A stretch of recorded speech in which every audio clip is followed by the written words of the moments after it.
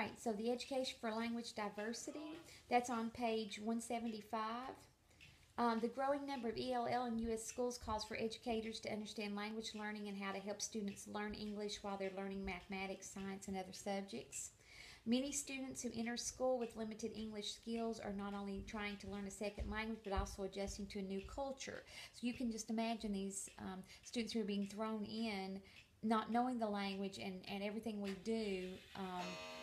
We speak, we're teaching them in our language. You can imagine the frustration. I've tried this on some teachers at a workshop that I gave one time, where I gave them something in Spanish and they had to listen to it and draw a picture from it. They got so frustrated because they couldn't do it. I wanted them to realize that's how our students feel sometimes as well.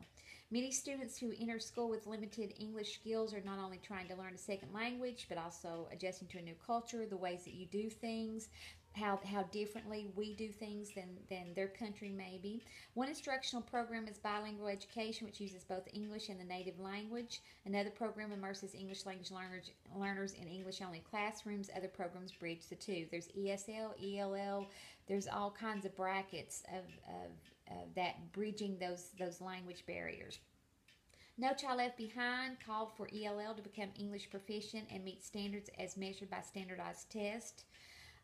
Even when this first began to be mandated, the Hispanic students could have, the non-English speaking, maybe I should say, because it wasn't just Hispanics, but in my case, it was Hispanic students, but across the county, students who did not speak English as their native language could have the math read to them, the math TCAPs read to them, but they couldn't have the reading read to them. Okay, we already know they're having a hard time. I know they knew some of the material, they just didn't understand the language part of it as they were trying to read through the test. Very frustrating for them and very frustrating for me. 1 year of English instruction is generally not enough to develop proficiency for academic success in classes taught only in English. The amount of time required for English proficiency depends on multiple factors. Age, the younger we can catch them, the better they do with bridging the gap between the English language and their language. Prior schooling experiences, parents' educational level, instruction provided, exposure to English, and teacher quality.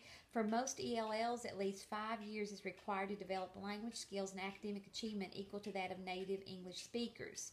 The result is that these students may fall further behind their classmates in conceptual understanding of the subjects being taught just while they're trying to learn English. They're pulled out quite often out of the regular classroom in order to go to ELL programs to try to learn the language. Well, anytime they're out, that means they're getting farther behind. 5 years, that's a long time for them to be immersed into these programs, sometimes out of the regular ed. So you can imagine how they're getting farther behind. It's tough. I can imagine the frustration that they must encounter, but it's part of the process. So if you want to be a part of this ELL and you're interested in this, you can do an add-on. Most schools have an add-on now. Use the 18 to 24 hours extra, and you can have an add-on in ELL.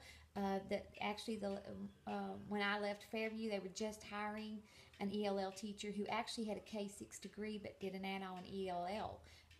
So she was that made her very favorable with the principal, because not only could she teach ELL, but she knew how to teach K-6, so it was the elementary school, so it worked out great. If you're interested, check in on that program.